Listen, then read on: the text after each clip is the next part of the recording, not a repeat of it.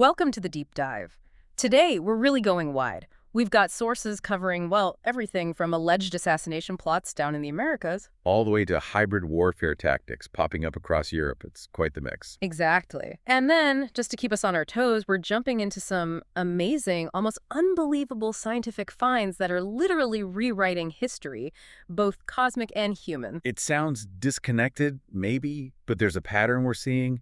These sources really highlight how complex global conflict is becoming, specifically how the lines blur between state action and, the non-state actors they use. Shadow proxies, essentially. Right. And what's fascinating is, just as these hidden conflicts get deeper, our own ability to uncover secrets, whether it's with a new telescope or digging up old bones, is exploding. Okay, let's unpack this. We really have to start with that story out of the Americas. It's pretty jarring. This accusation that Iran was plotting to kill Israel's ambassador in Mexico City. Not Kranzniger, yes. Mexican authorities reportedly stepped in, stopped it. But just the idea, Iran, Israel playing out in Mexico, the geography is, well, unexpected. It is. It shows how these conflicts are going global strategically. We're not just talking the Middle East anymore. Yeah. The reports pin this on Iran's Revolutionary Guards, specifically the Quds Force. The Quds Force, that's their elite unit for external operations, right? Yeah. Extending influence abroad, unconventional stuff. Precisely. They're the specialists in using proxies. Yeah. But here's the really interesting bit, the sort of operational twist. Okay. The recruitment. The sources allege operatives were recruited out of Iran's embassy in Venezuela. Wow. Venezuela. So not just using local groups near their borders like Hezbollah, but actually leveraging diplomatic missions. And the allied countries, yeah. Yeah. Using state infrastructure like an embassy thousands of miles away to set up operations. It's a whole other level of proxy warfare. And Venezuela has that known tactical alliance with Tehran, so it fits in a chilling way. It really does. It suggests a high degree of planning and it maximizes deniability. And, Latin America isn't entirely new ground for this. You're thinking of the Buenos Aires bombing. The 1994 AMIA bombing, exactly, killed 85 people. Argentina and Israel blamed Hezbollah, acting on Iran's orders. So this Mexico plot, even though thwarted, it kind of confirms that willingness to act far abroad, maybe using that diplomatic shield, hasn't gone away, especially after the escalations we saw in 2024. With the Damascus embassy attack, Iran's missile response, Israel's bombing campaign, it all fits into that heightened context. It paints a picture of conflict where, borders mean less and less, and the actors are hiding behind diplomatic immunity. It's a real evolution in these shadow wars. Definitely. Okay, now let's pivot to Europe, because there's another kind of state-sponsored threat unfolding there, equally disturbing, but the methods are totally different. This is where crime and statecraft just merge. Yeah, this involves Russia, according to a new study from Joe Lubsek and the ICCT.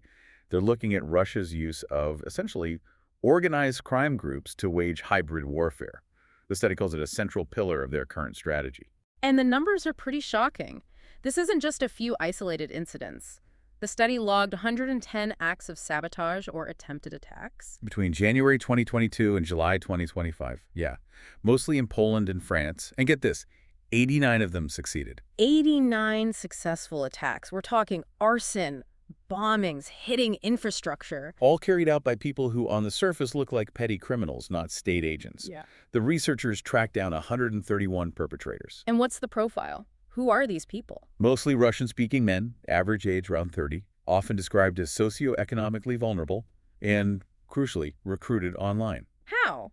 Like, specifically? Overwhelmingly through platforms like Telegram. That's the key channel mentioned. So they're basically outsourcing sabotage. Yeah. Finding vulnerable people online, offering cash. Pretty much. The payments vary wildly. A few euros for something small like graffiti, maybe, up to significant sums for high-risk stuff like attacking critical infrastructure. And Moscow gets, what, plausible deniability? Exactly. That's the strategic genius from their perspective. The report links this directly to illicit finance, to sanctions evasion. They can funnel money covertly to these recruits, bypassing banks. So it lets them punish countries, like Poland or France, for supporting Ukraine. Without leaving obvious state fingerprints. Yeah. They can disrupt things, run arson campaigns, and then officially deny everything, claiming it's just local crime. You mentioned legal loopholes earlier. How does using these kinds of recruits create a loophole compared to, say, using a traditional intelligence officer? Ah, right. That's a key point from the report. Think about it. If a known GRU agent gets caught planting a bomb, it's espionage, big diplomatic crisis. immediately. Okay. But if some random guy, recruited via telegram, gets caught committing arson, he gets prosecuted under regular domestic criminal law. Ah, I see. The legal framework is different. It's harder for the target country to formally accuse Russia of directing it, right? Precisely. It creates this murky gray zone. Security services might suspect state direction, but proving it to the standard required for international diplomatic or legal action is much harder. Moscow can just issue denials. And the current EU definitions of hybrid threats might not fully capture this specific crime-state nexus. That's what the study argues. It suggests the doctrines need updating to recognize that using criminal networks is a primary hybrid warfare tool now, not just some fringe activity. That idea of state complicity, even when indirect, it makes me think of another situation, but this time on the humanitarian front. You mean in the Mediterranean? Yes, with the search and rescue NGOs. A really critical issue. 13 of these civil rescue organizations have basically cut off all communication with the Libyan Coast Guard. They're refusing to cooperate. Which is a huge deal given their mission is saving lives at sea. Why take such a drastic step? They say it's due to escalating violence from the Libyan Coast Guard during interceptions at sea, and critically, where those intercepted people end up. Back in Libya. Exactly. Returned systematically to detention camps in Libya that are notorious globally for just horrific human rights abuses. We're talking torture, rape, forced labor. The reports are consistent and damning. And the uncomfortable truth here, the sources really hammer this home, is the EU's role. The Libyan Coast Guard gets training, boats, equipment, funding. Largely from the EU and Italy specifically, all aimed at stopping migrant boats from reaching Europe. So the EU is essentially funding the very body accused of enabling these abuses. It's direct complicity, isn't it? That's the charge, effectively. And it's why the NGOs finally drew a line. They rejected EU pressure to keep sharing info with the Libyans, calling the Coast Guard an illegitimate actor at sea. So what are they doing instead? Just stopping rescues? No, they formed an alliance, the Justice Fleet. And it's not just symbolic. They're actively documenting these violent incidents. They say they've tracked 54 since 2016. Why? To build legal cases. That seems to be the goal. Using legal avenues, international law, to challenge the Coast Guard's actions and, by extension, the state support that enables it. It's non-state actors pushing back legally against state policy. So again, we see these hidden or non-state actors first, criminal recruits, now humanitarian groups operating in these complex spaces, challenging the established powers. There's a recurring theme. Okay, this theme, uncovering hidden forces. Let's take a big conceptual leap now. We've talked about human plots, human abuses. What about uncovering the hidden history of, well, the universe itself? Ah, right. The Vera C. Rubin Observatory down in Chile. This is exciting stuff. Brand new observatory, right. Huge camera set to map the whole southern sky. That's the one. And its very first test image delivered a massive surprise. Just boom, right out of the gate. What did they find? They pointed it at a really well-known, well-studied galaxy, Messier 61M61. It's a big spiral galaxy about 50 million light years away. Hubble's looked at it. James Webb has looked at it. Okay, so a familiar object. Very familiar.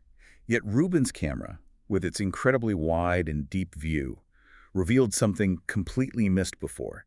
A giant stream of stars, like a tail, stretching out from M61. A stellar stream, just hiding there. How did Hubble and Webb miss that? It seems Rubin's specific combination of depth and wide field view was key. The stream is faint and spread out, but finding it?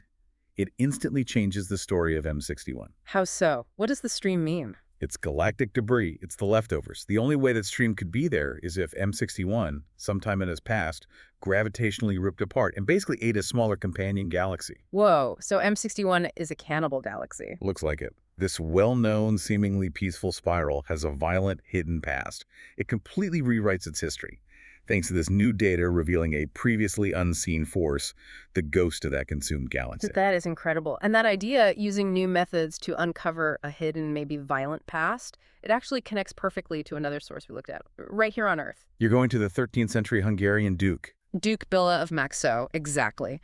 We knew he died in 1272, killed by enemies.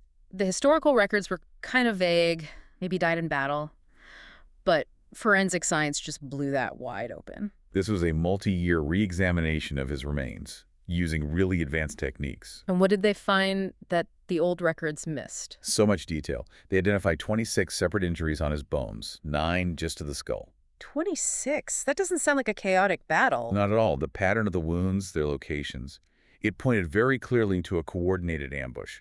Not just one attacker, but three attackers. 3. They could tell that from the bone. Yes, and they could even tell they used two different types of weapons. Huh. Probably a saber and a heavier longsword, based on the distinct marks left on the bone. That's amazing forensic work, reconstructing the scene like that. But here's the kicker. It wasn't just what happened, but how it felt. By analyzing defensive wounds on the arms, shoulders, and combining that with the evidence of a planned, coordinated attack. They could infer intent. More than just intent. The conclusion was the attack showed both careful planning and, quote, intense emotional involvement. Intense emotional involvement from 750 years ago. Based on the ferocity and pattern of the blows, yes. Modern science didn't just solve the who and how. It gave us a glimpse into the emotional state of the killers during a medieval ambush, Yeah. uncovering the hidden human element. Wow. Okay, this has been quite the journey. We went from, quads force plots using Venezuelan embassies To Russian hybrid warfare using telegram and criminal networks. to the moral crisis in the Mediterranean with the NGOs and the Libyan Coast Guard. And ended up seeing a galaxy eat another galaxy and decoding the emotions in a 13th century murder. It really covers the spectrum, doesn't it? It does. So what does this all actually mean? What's the thread connecting all this for you listening? Yeah, what's the takeaway? I think it means that the narratives we accept, political, criminal, even historical or cosmic, they're never really set in stone. They're constantly being challenged, reshaped by hidden forces, hidden actors, hidden data that suddenly comes to light. Information as the disruptive force? Exactly. Whether it's intelligence intercepts uncovering a plot, researchers exposing a hybrid warfare tactic, NGOs documenting abuse, or a new telescope revealing galactic history. Information is forcing us to see who the real players are, what the real history is. And we're definitely in an era where hiding things is getting harder. We have the tools now, the satellite imagery, the forensic accounting for hybrid war payments, the DNA tech, the powerful telescopes. The ability to see, to uncover, is unprecedented. From deep space secrets to centuries-old crimes to modern geopolitical maneuvering. So maybe the final thought for you to mull over is this. If we're getting better and better at dragging hidden truths into the light, what happens when a truth is revealed that forces us as societies to confront something really uncomfortable about ourselves or our world? What hidden truth do you think might be next?